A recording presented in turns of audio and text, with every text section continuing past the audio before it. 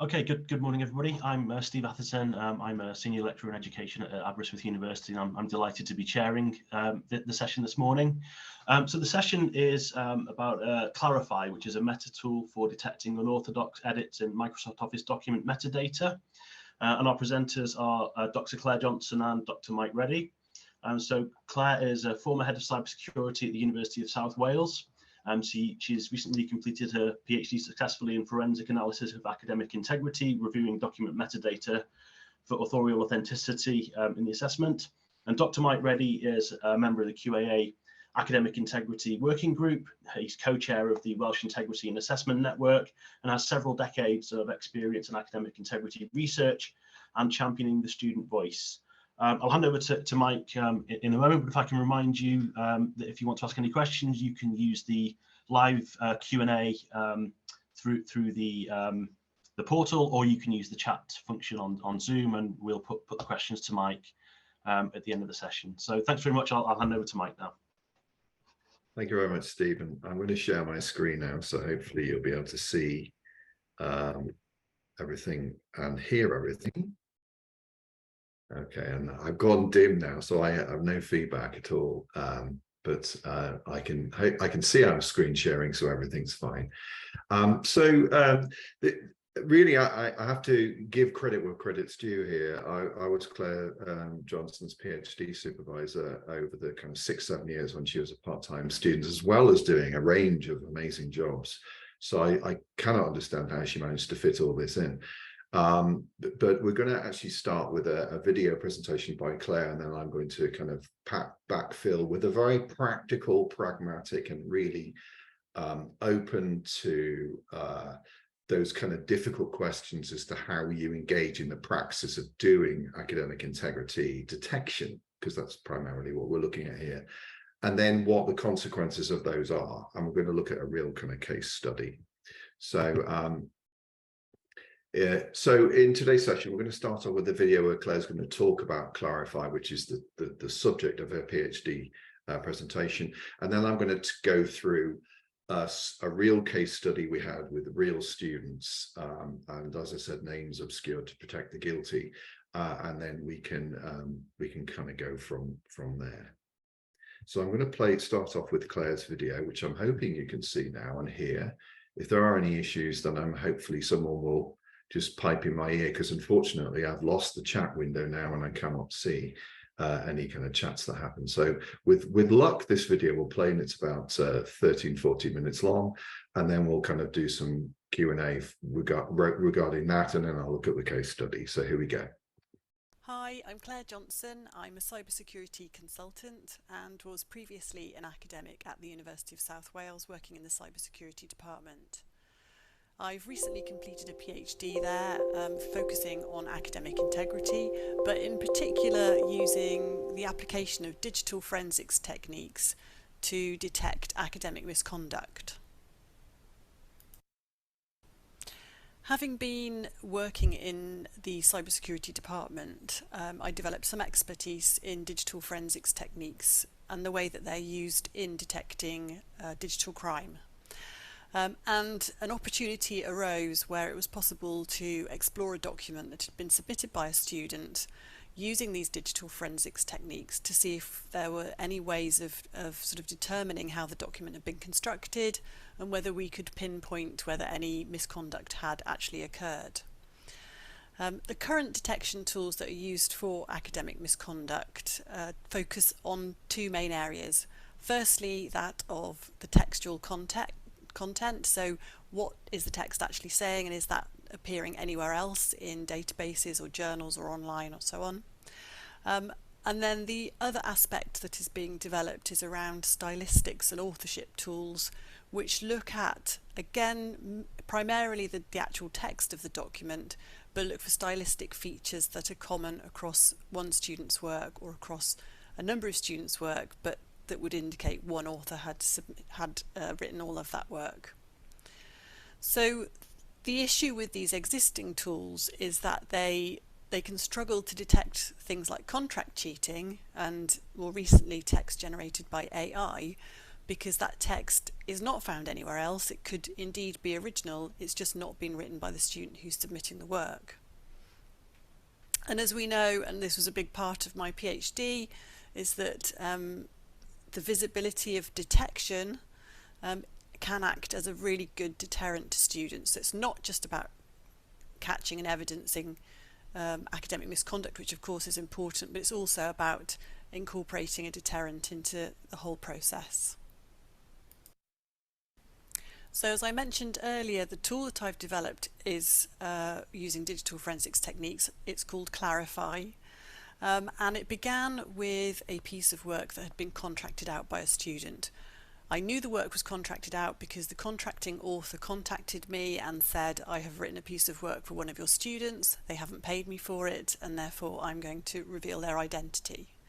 They shared with me the work that had been written for the student, and I was able to compare this with the student's work directly. By unpacking the document back to its component parts, and if you think of a Word document as really being very much like a film, where you have various different components such as the musical score, you might have the actors, you've got the script, you've got the production team, and they're all brought together in a final film, which is what you see on the screen. And a Word document is not dissimilar in that it has various component parts, but usually we only ever look at the final Word document. Unpacking it back to these component parts, much like using a zip file, allows us to explore the contents of the file in much greater detail. So the tool that I've written is developed in PHP, which is a programming format used for a web interface, and what that does is it automatically searches through the component files looking for particular artifacts that are useful, and it reports these findings back to a web browser for the assessor to review. I will provide a demo of the tool shortly, but what's key here is the RSID-R values, which are tags of metadata that sit within the document, and every time the document is edited, a new RSID-R value is added to the document. By exploring these values, we can see where the document has been edited, and typically a piece of work that has been contracted out will contain very few edits, and those edits will be quite obvious, so things like perhaps one name throughout the document that's been changed, or a reference to the student's institution, or perhaps the corrections of Americanized spellings to UK spellings, so that it sort of sits well with the context of the course that the student's been enrolled on. So this is the index page of Clarify, and all files that belong in the folder will appear here. Each file must have a doc version and also a PDF version for proper display. And I'm going to start by showing you an authentic piece of student work. So this is a student's work that was submitted for the purpose of testing the tool, and you can see from the output that there's a lot of colour. So the way that this is represented is that everywhere there is an edit value, so that's that RSID-R value I mentioned earlier, that will appear with a colour code around it. So think, if you like, of if I was saying the sentence, this text is bold, and then around the word bold would be 2 bits of code that say make the next bit of text bold, and it's bold, and then stop making it bold at the end of it. And that's what each edit does in terms of the document that you see here. So everywhere you see a different colour, there's a different edit going on. Where the colours are the same, that means that those edits were carried out at the same time. So for instance here I've got a bit in red and then another bit in red, so those bits will have been done together, and then you can see in between those bits of red we've got a bit in blue that suggests that that was added in later on or was a subsequent edit. I can also show the document as a barcode, as a colour code, and that in an authentic piece of student work it would look exactly like this, with lots of different colour all over the place, and that's really quite standard for work that's authentic. Further down the screen you can see all the RSID-R values, so these are the values that I mentioned earlier that sit around every edit. and then I can close that up and I can show you all the unique RSIDR values. So if you were to get a lot of one of these values, it suggests that a lot of editing has been carried out in one go. Now where text is added in one block, you don't get much editing. So large blocks of text in one colour suggest that the text has possibly been copied from elsewhere. There's some further bits of information down the screen. This is the number of words per text run. So it's represented just a single block, so you get a large block of say black or green. It indicates that there's a lot of words in that text run, and a text run occurs when there's a continuous run of text with no edits, no spelling mistakes, no grammatical corrections, and it's quite difficult to write a lot of words in one go without any mistakes. So in this document, the number of words written in one text run, the maximum is 107. That's quite high, but you know, there's only one instance of that, so actually it's probably acceptable. It may be a sentence or a citation, for example. There's some other bits of data, metadata here, that's compiled into this table here, which we're not going to cover right now. And then there's some information about the date created and the date last modified, and a calculation of the amount of time spent editing the document. So that's the time it was created to the time it was last modified. Obviously, if you've given a student a long time to do a piece of work and they've spent 20 minutes on it, and it's 7,000 words long, you know that couldn't possibly have been done in one sitting. Number of revisions is useful as well, so that's in there.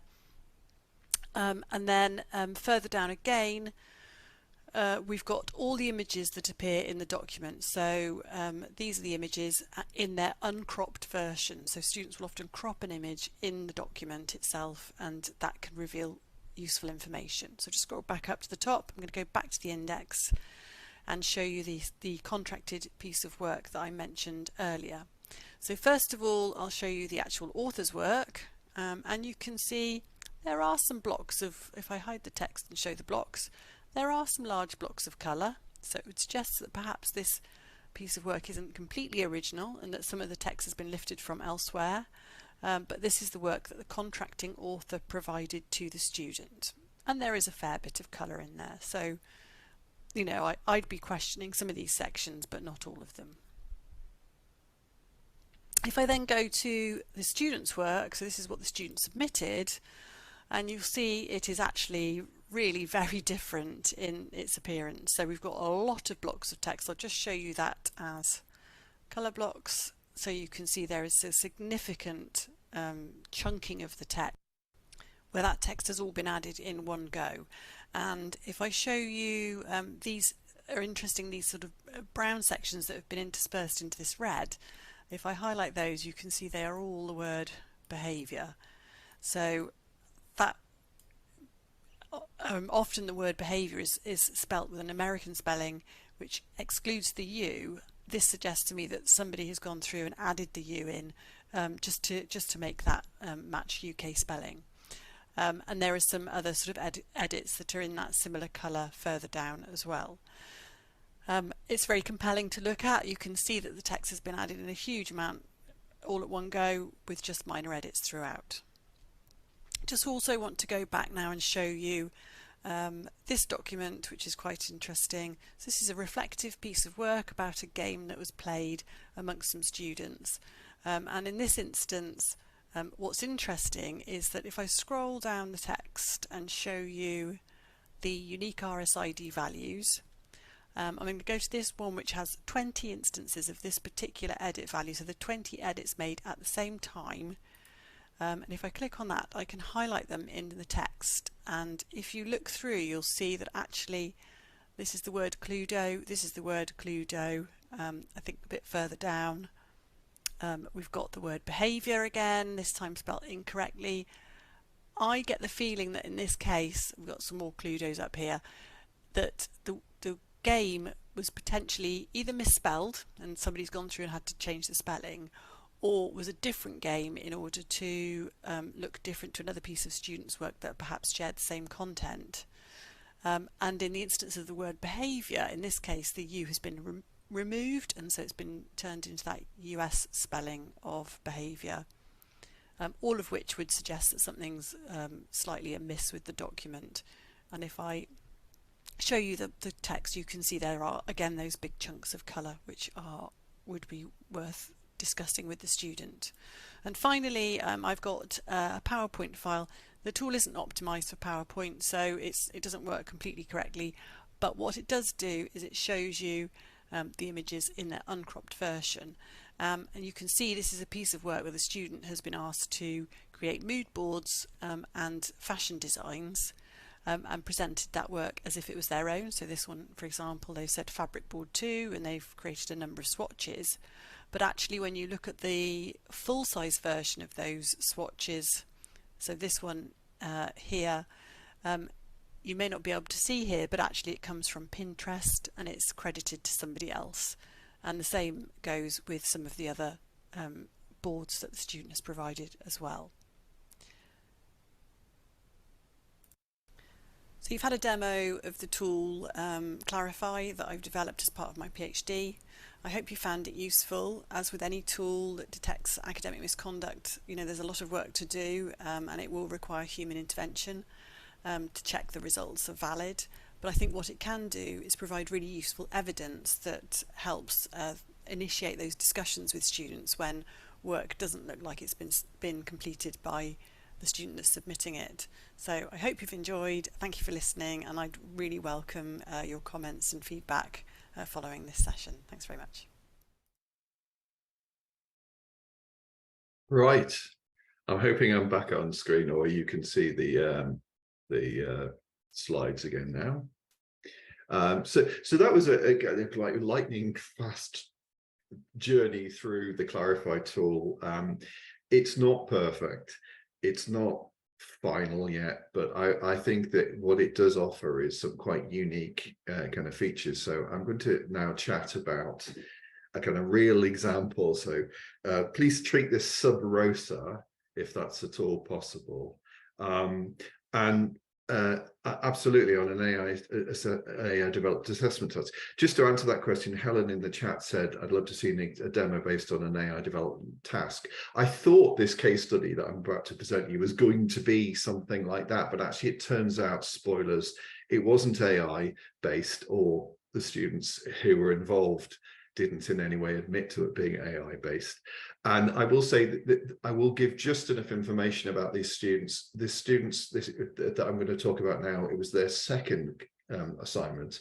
And their first assignment was to use ChatGPT and similar tools to create a report. So their first assignment was go and investigate the state of play of AI tools.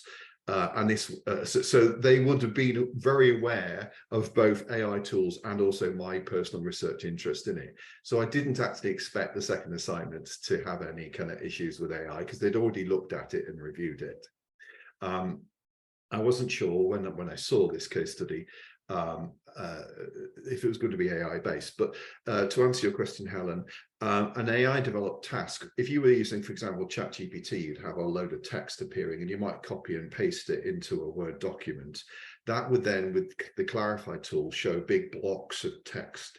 If you then went in and edited things around, you would then get similar kind of unusual authorial practice going on. And in fact, QAA did a session on ChatGPT inadvertently, because it was actually about involving students in assessment. And they said, look at this assignment briefing and give us an opinion on it. And while I was attending this session, I actually put this assignment briefing into ChatGPT, got it to create an essay, edited it a bit, and then sent it to Claire, and she then did some analysis of that. And sure enough, she was detecting that it was not human authored, because the idea of, unless you were going to performatively type things in and go back and edit them, effectively reproduce the whole editing process, the metadata would not match a human being's editing of a document. And I'm happy to send the ChatGPT log and the essay and her analysis off to anyone who's interested in that, if they'd like that. So let's talk about a real case study here, just very briefly. So just to summarize, please forgive this wall of text. This is really just for my aid memoir to kind of talk to you. I already said this is a student's second assignment. It was finally a module that I taught, and it was code based with a report. And as I'm sure you can appreciate, you will sometimes get code that is convergent, looks very similar. In this particular case, the students were given quite a carte blanche to adopt a number of different approaches, so any kind of convergence was unlikely to happen. And in this case, these 6 students all had pretty much identical code in C++ with minor variations in the names of variables, etc. But it was pretty obvious that they were identical. So normally we would pull these students in for an informal conversation, and then we would then decide whether or not to go forward for a formal academic misconduct hearing, or if it would be handled as a kind of cuff around the ear approach. What was interesting here was that in this case, 5 of the submissions were also very similar in their reports. They were very generic. They really dealt with a couple of keywords that were just in the introduction to the rubric. And they didn't really address analysis of the code, because it was pretty likely that at least 5 of these students hadn't actually written the code at all, and therefore there wasn't really much that they could meaningfully talk about. They could have possibly got away with it if their reports had been detailed and broken down the code, but these things are often done last minute in desperation, and therefore the kind of ability to kind of go in and analyze someone else's code is less likely to be something that you're going to have time for anyway. They'd all submitted Word documents with the code as an appendix. So when we threw this into Turnitin, of course, all the code sections, including elements of the code that you would expect to be the same for every student, were being flagged up. And that kind of obfuscated the results. When I actually removed the code, Turnitin still, despite me being able to eyeball and look at these reports and go, these are pretty much very similar. They all follow the kind of same structure. They talk about things generically. You could imagine them, all these students having colluded, but Turnitin didn't flag this up because actually, as it turns out, spoilers, each student had converged on the same kind of content, but they all worked independently. So Turnitin, because it's looking at blatant kind of copying, it wouldn't have picked it up. One report, and we can guess this is the person who actually did the original work, was detailed, addressed the rubric and the code. It was submitted well before the deadline, and this is a module where, because of industrial action and illness, etc., the students were given an extension, so they had an extra couple of weeks added on. And even with that extra period of time, there were sadly some students who didn't feel that they could or wanted to or were able to actually complete the assignment themselves without help. One student handed in well before the deadline. It turns out that student submitted well before the deadline for strategic reasons, which we'll come back to in a minute. But they submitted after the original deadline and well before the revised one. I minimally anonymized the reports, and I'll explain why, so that they could then be analyzed by Claire. If I'd gone in and started to edit the actual documents to remove student numbers, student names, etc., that would have changed the metadata. And as I'm sure you can appreciate, in forensic analysis, it's extremely important that you don't mess with the data. You either work with a guaranteed authentic copy of the original data, or you have some kind of audit trail. And obviously, quite rightly, Claire engaged in that. So we had to give her the original documents. Well, but these are the same kind of things that you can download with a click from Turnitin. You can always access the original document as submitted. So in that respect, I don't think there were any kind of issues or ethical concerns with that. We are going to investigate whether or not we can go in and do minimal edits and see if the metadata has been radically changed by that. But obviously, in the interest of audit trail, it's always better to work with a copy of the original document. We went into that as a case study to kind of really properly test Claire's approach and her analysis of the data. And it was important that we we didn't unfairly treat these students because we were using their work with this data. So we decided that we would do this metadata purely for academic purposes. It would not affect our decisions in terms of what we would do in terms of academic misconduct. We reserve the right to proceed formally and submit them through the whole academic misconduct procedure, but we wouldn't be using the metadata from Clarify as evidence of that. We had enough evidence in terms of similarity under balance of probabilities. We wouldn't have needed it anyway. We did go in with the understanding that depending on how the students reacted, we wanted to have an authentic conversation with them, and that part of that might involve us saying, look, we are going to proceed with this, however, you will have to resubmit work, and then getting them to agree to that process, which is one option that you can have if there's borderline issues over whether or not something will be considered misconduct or not. And in this case, the students weren't made aware of that until after we'd had a kind of frank conversation about what was going on. Coming back to the tool, Claire mentioned res-r tags. One issue that the only issue she flagged up with that was that there was a tag that was in one file but not in another, and that often happens when you copy and paste a large chunk of text into a document rather than editing it. It just appears, and so that's likely to be the source code. We've already seen the kind of color coding that Claire very eloquently demonstrated before, but when you see large blocks of color following on from each other with tiny little changes in color, it's pretty obvious that this was not done in the usual kind of sitting down and writing. It was copying from somewhere else. And at the time when I first saw this, I wasn't sure if it was copied from AI tools. It's likely what's happened is that it's been copied from the internet and then massaged and edited. But I will come back to that in a minute, because there was what could be a false positive of looking at these large block edits, which we'll come to in a second. One report started with a decent amount of editing, but that editing looks like it was obfuscatory, so changing terms here and there, changing the order of things. So it looked initially like it was nice and peppered with lots of little changes, but actually when it turned out, when you looked at the kind of timings of these things and what was being edited, it wasn't actually authentic writing process. None of the reports had shared RSID tags. If I gave you a copy of my report and then you started to edit it, it would have in the metadata RSID tags like DNA from me, and none of them shared. So we were quite convinced that there wasn't any actual collusion over the report side rather than the code. So to conclude this actual case study, I noticed that there was a straight away note when I read one and then read the next. It was pretty clear they were pretty much identical. If you looked at the index page, they cover the same kind of areas.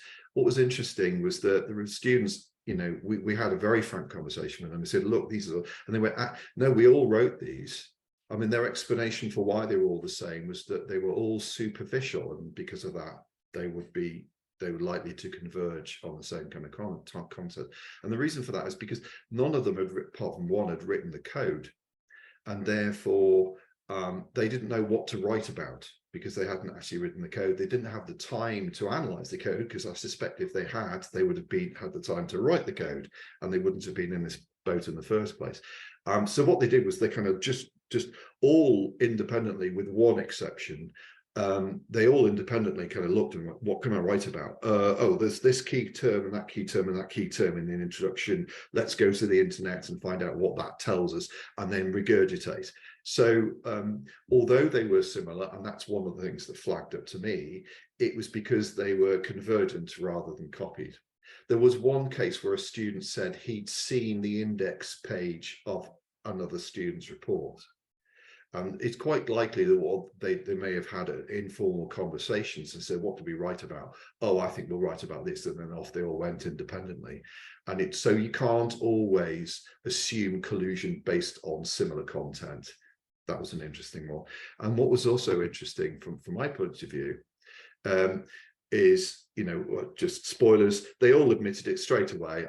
We came in, we said, this is what the meeting's about, this is what I'm concerned about, and they went, yeah, we did it, we all copied from him, we just overload, etc., etc. And I said, okay, well, then we've got a number of options available to us. Let's have a conversation about how this happened and so on. And then we can talk to you about, one of the things that we did, which is to do the meta-analysis. And that raised some interesting issues because at least one student heavily relied on Grammarly. And they said, well, I often use these tools to kind of help me with my writing, my English, and then I copy and paste. And it's quite, you yourselves will make your own decisions about whether Grammarly and similar tools, such as using AI to help you write things, are legitimate or not. In some cases, they might be. But Claire's tool identified the student's work as being suspect because of, this kind of large block copy and paste. And actually, although they were part of a group that admitted that they had engaged in collusion, etc., that particular thing, so how do I avoid that in future? And I said, well, we weren't going to rely on this data, but it's increasingly likely that this kind of metadata is going to be involved. And what you maybe want to do is to have drafts, track changes, make it clear the process that you're using.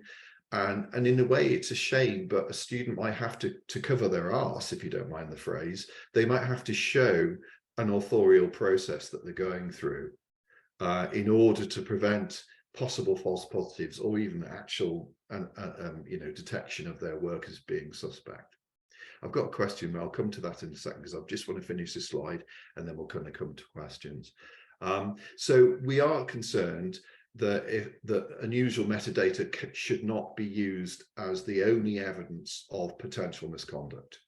Okay, it's indicative. Obviously, one student submitted a PDF, so we didn't have any of the obvious metadata available to us. There is a limited amount of metadata you can get from a PDF, and if you use Google Docs, for example, you can. Thank you.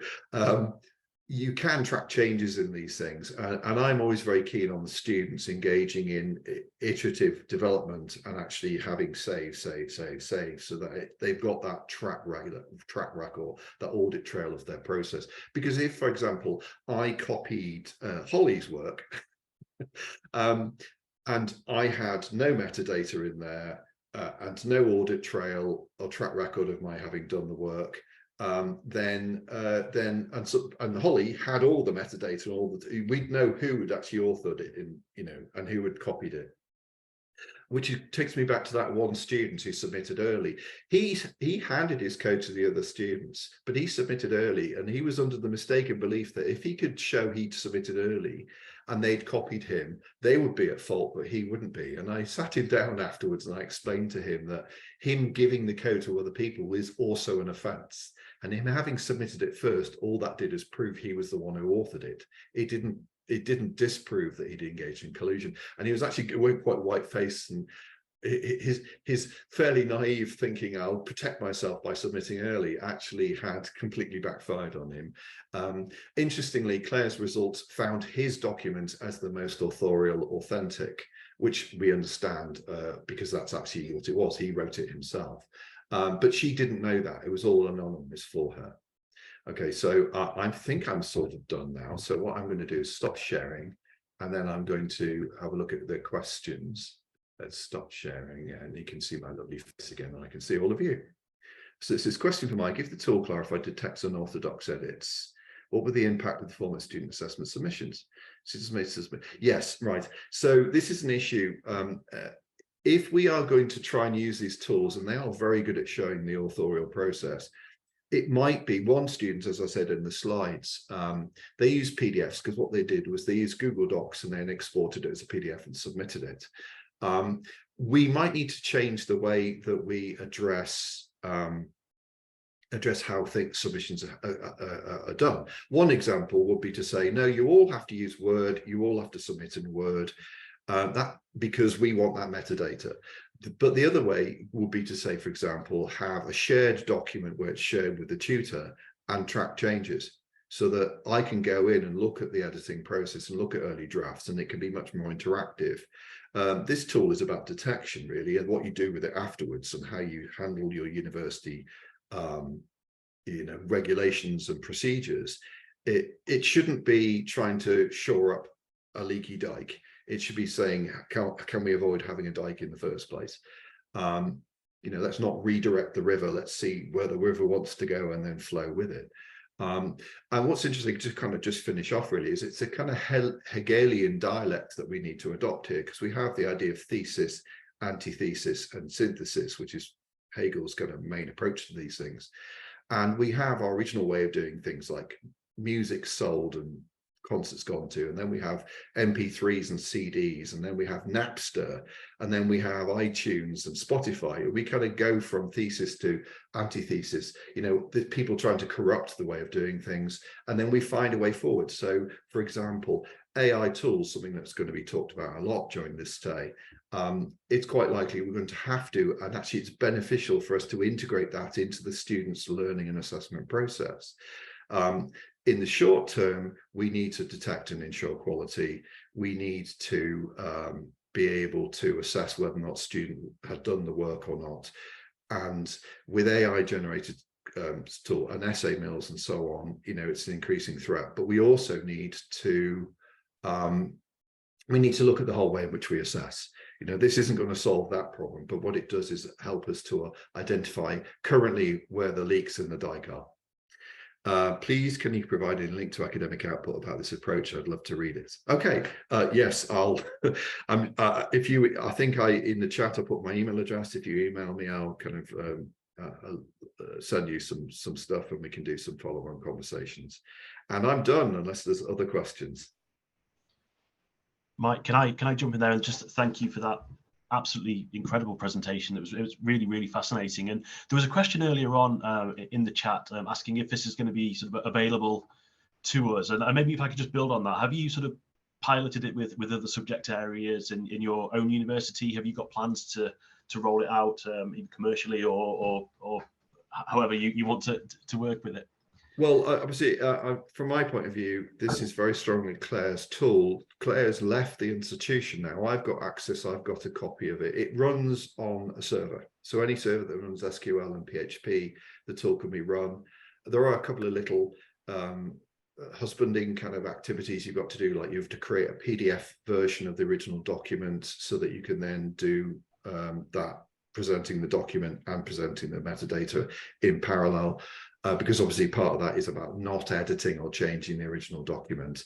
I would say it's about 80% of the way to being something that could be released and available to people. Claire and I are having conversations with each other and with the university about pursuing this. We definitely don't want to drop it because it's quite interesting. It's very, very hard to fake metadata without corrupting files. So as I said, it would have to be performative of me writing an essay for it to look authentic. But of course, we have to remember that there are students engaging in what could be considered authentic practice, such as using Grammarly and so on, and possibly using AI tools like ChatGPT to kind of help generate text and so on. So there's no such thing as a perfect tool. We definitely want to pursue it. We definitely want to widen it out. This case study I did as an example, just like Claire's original inspiration, which was the essay mill owner saying, hey, this person didn't pay. Here's the essay if they ever hand it in.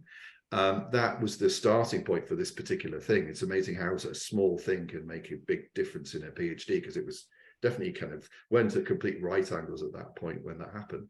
And this case study just landed in our laps, really, and it was quite interesting to kind of run through, because it raised, having that frank conversation with the students raised a whole load of really interesting issues about what is an authentic process of writing in the first place. We can identify weirdness, but like with Turnitin and various other tools, it ultimately comes down to an academic choice. Thanks, Mike. I can't see any other questions through the portal or from Zoom, but Mike did put his email address earlier on in the chat. So if you do want to follow up with him separately, then I'm sure he'd be happy to be contacted. If I can thank you again, Mike, and thanks everybody for the discussion that was going on in the chat. It was a really, really interesting session. We'll finish a little bit early. We do have a couple of minutes left, so if anybody does have any last minute questions, get them in there now. But can I remind everybody that we've got a panel discussion at 1 p.m. And then if you want to submit any questions to that, please go to menti.com and enter the code 88336561. Holly's put it in the chat for you there as well, so if you prefer to sort of copy and paste that into Menti, and then the panel discussion will be able to pick up on any questions that you might have from the sessions today, or anything around this area that you might be interested for us to pick up. Thanks, Mike, and please pass on our thanks to Claire as well. That really was a fascinating presentation. If anyone wants to run anything through the tool informally, I wouldn't want it to be considered to be evidential for your university's practices, but if you want us to run anything through so you can see the kind of results that we get, we're happy to do that. But bear in mind, if you submit student work to us, you could be not complying with GDPR, etc. So just be aware of that, please. Thank you. Thanks. So I think the next block of sessions start at 12. Holly, is that correct? So that's right. So everyone just have to go back to the timeline and select your 12 o'clock session. Okay, thanks everybody.